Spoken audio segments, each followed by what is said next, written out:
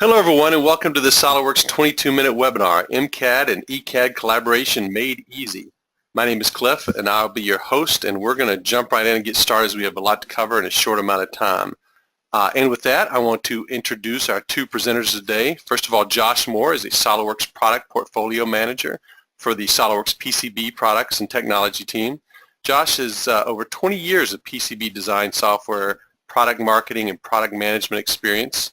Prior to joining Dassault Systems, Solidworks, Josh worked at several PCB software vendors, including Cadence Design Systems, Mentor Graphics, and PAD software.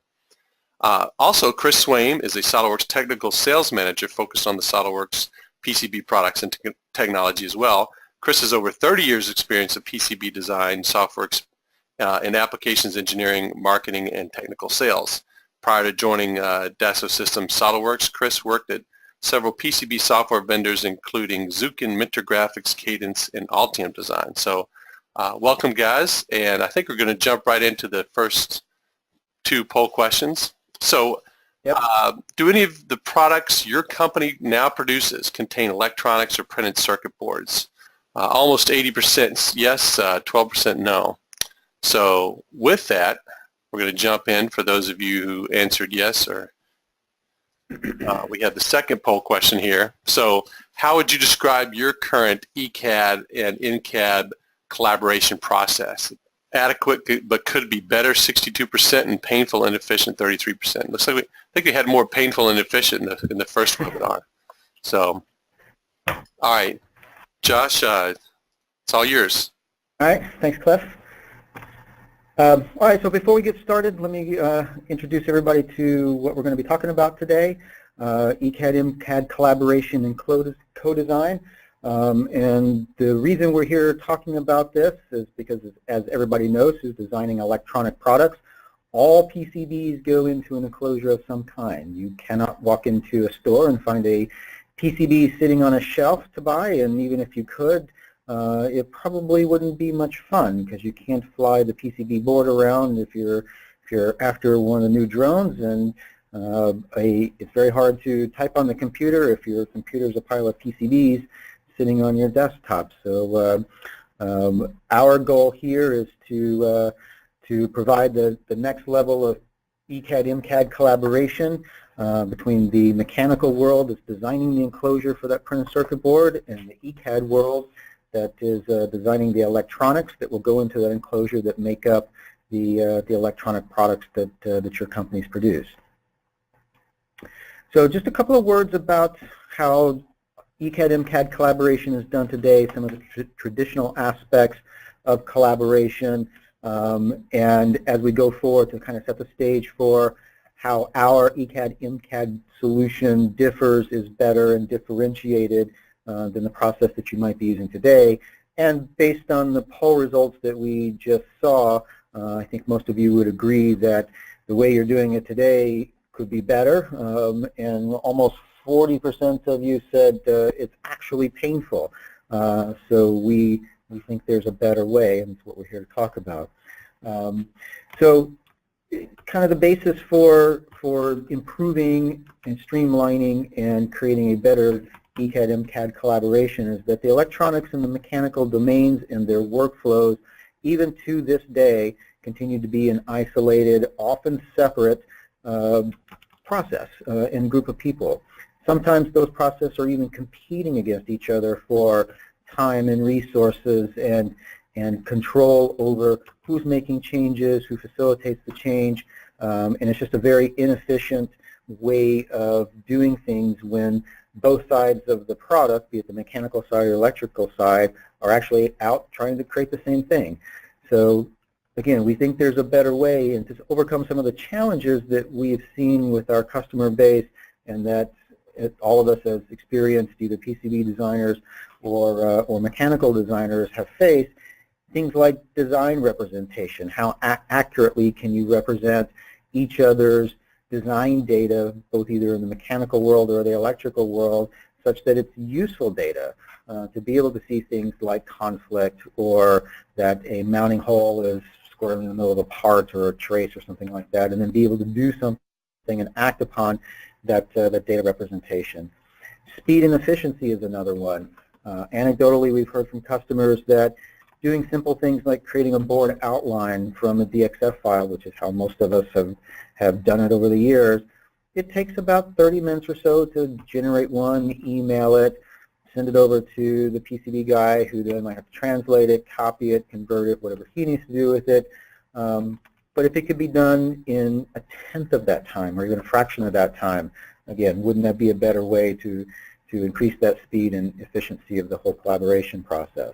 Then there's data manipulation, getting DXF files or sending step files back and forth that then have to be manipulated or converted so that they're useful and consumable by either the ECAD domain or the MCAD domain. And then lastly, the communication of intent. Aside from emails, how do I communicate my intent of changes that happen, or if I make a placement change to a part because a opening inside the mechanical enclosure happened to move, how do I communicate that change effectively and retain those changes without, well, honestly, without having to rely on Outlook, but shouldn't that be seamless and integrated within the design flow? So we asked the question, what if?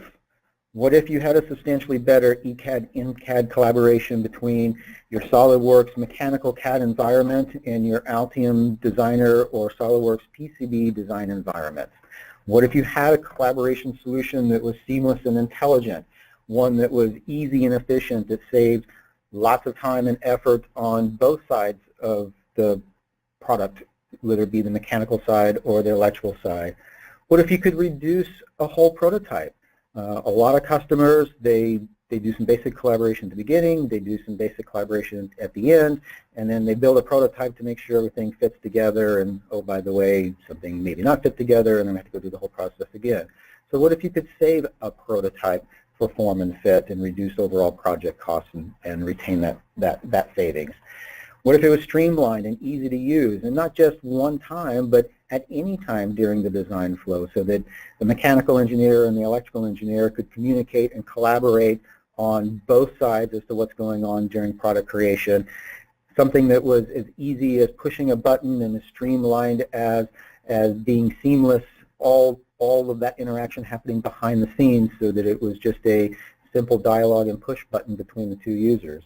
And what if that collaboration could be such that it was more accurate and ensure that the electronics designs and the components that go along with it would indeed fit in the enclosure from the beginning of the design process all the way through to the end of the design process, that once you got to the end, you would know with a high degree of certainty that all of your components and the board fit where they were supposed to go and had the right shape and size to fit in the enclosure for which it was designed. So again, we think there's a better way. So now I'm going to turn it over to Chris, who's going to go through a demonstration of that better way and talk to some of the value and benefits of our solution. Hi, everyone. First of all, I want to make sure everyone understands exactly where the collaboration lives, where it exists, where you can find it. And there are actually two choices. One is in the acquisition of SolidWorks PCB, and the collaboration solution, as represented by the icon in the upper left-hand corner here, is an integrated aspect of SolidWorks PCB. In an environment where you have SolidWorks CAD as well as Altium, then it is a separate solution represented with the same icon, and the functionality is exactly the same from a collaboration perspective. Now, the other important aspect is to understand that from a benefits perspective, your three major areas of functionality, your mechanical engineering, your schematics/electrical engineering, and your printed circuit board designers can all be working at the same time on the same design, different aspects of it. In this case, we're looking at the SolidWorks PCB application, and we're starting with what appears to be a blank design. But there's a lot of pre-planning and thought and technology decisions that need to be made as we begin. So in this case, for the sake of this demonstration, we've decided on a layer stack up and the rules that we've assigned to this design, understanding that we can change those at any time. So what happens at this point is, having selected the SolidWorks PCB connector, we have the window on the right-hand side, and it's a push-pull concept where we are pushing the basic extents of our board outline, which is not clearly defined yet, and we open up our SolidWorks mechanical solution, pulling the design from a managed project. And we're pulling the board into this assembly. We're going to enter it as a subassembly, and understanding the complexity of the shape within which the board needs to reside, what we want to ensure is that that board fits exactly within that space. As a printed circuit board designer, I can tell you that this is one of the most tedious and troublesome tasks, is trying to create a complex board shape with curves, arcs, cutouts, and ensuring that it meets the exact requirements is quite a challenge. Is usually a very iterative process, and it's very error-prone. And the time that it took me to actually say all these words, we've taken our board, we fit it into a very complex enclosure, and it's done. That's the big deal. The big deal is the fact that we're able to communicate engineering intent in an unambiguous way, in a way that streamlines the process, reduces the potential for any scrap associated with the creation of boards that just won't fit. And it also provides us with a chronology of what has happened when. So the notes that we're making as we go over and we select the icon for the connector, we make the notes. We're communicating with the printed circuit board designer on one side, and then from the PCB environment to the mechanical engineer, informing him or her as to what is required, what's needed, where we're going, what the next steps are. Once we've made the note, we go ahead and post it, and then we move back over to the SolidWorks PCB environment. Pulling that design in, we can preview the board, or we can simply bring it into the environment. At this point, we're going to take the data that the electrical engineer has been working on, and we're going to read that schematic data in. A typical methodology is placement of critical components first, the ones that take up the most real estate, the ones that have a very specific requirement in terms of where they're located because they interface to the outside world, or they're LEDs that are providing visual indicators to the user based on the architecture of this particular design. Once we go through that placement process, and again, this is iterative, this is a typical approach, so we're going to do the critical placement first. We're going to go through a round trip back to our mechanical engineering organization to check for the mechanical fit, and then it's going to come back to us. So again, invoking the connector, putting in the note, making the request, and then pushing it back over.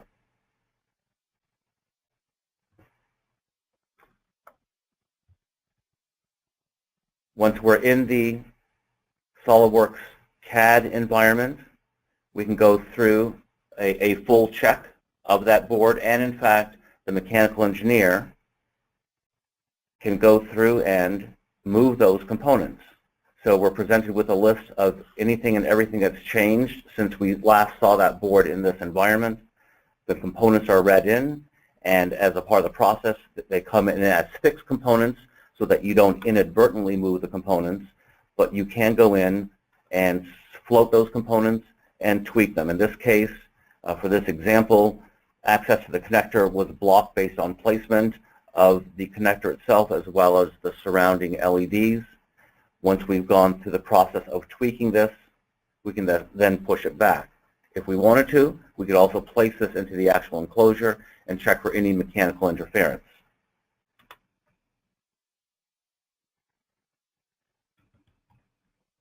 Once this process has been completed, we'll be able to read that data back into the SOLIDWORKS PCB environment.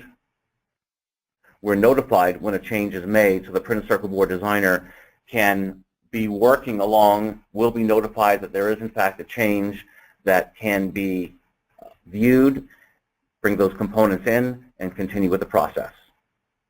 That's a very, very quick overview of the methodology, the approach, and some of the power and utility of the SOLIDWORKS PCB connector. I'm going to turn this back over to Josh. All right, thanks, Chris.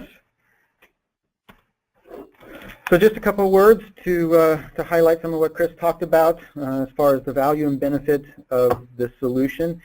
So SOLIDWORKS PCB and the connector that's included with it, or the connector itself for the Altium Designer customers, are very unique in providing that on-demand link with seamless and intelligent collaboration and co-design that bridges that gap between the electrical world and the mechanical world.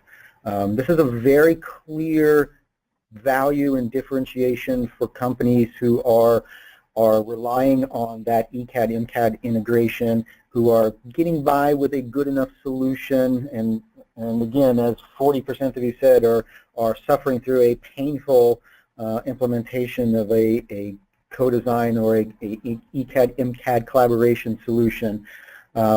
With this kind of methodology, the streamlineness of it, if that's a word, the speed, the efficiency, the capability, the value is obvious in that we can reduce form and fit prototypes, saving time and money. We can achieve 100% design representation between the ECAD and MCAD domains.